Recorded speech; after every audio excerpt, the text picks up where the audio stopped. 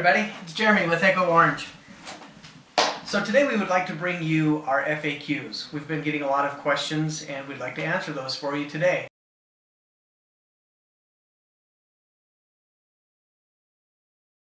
Guys, we're on to number 9. Is Echo Orange safe for natural stone?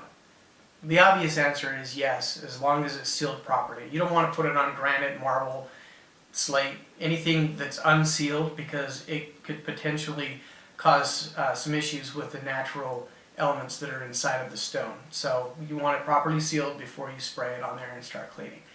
Okay guys, well, that's the end of the video. Thanks for watching. We really hope that you enjoyed it and it was informative for you. If you like the video, give us a thumbs up. Please subscribe below, and don't forget to leave us your email address on the website so that we can send you updates for current products, tips, tricks, new upcoming products. You'll be part of our VIP club. You'll get the first information of any of our new products coming out.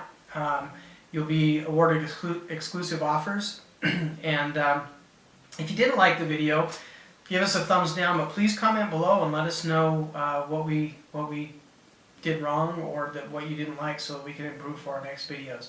So happy cleaning and take care. Thanks.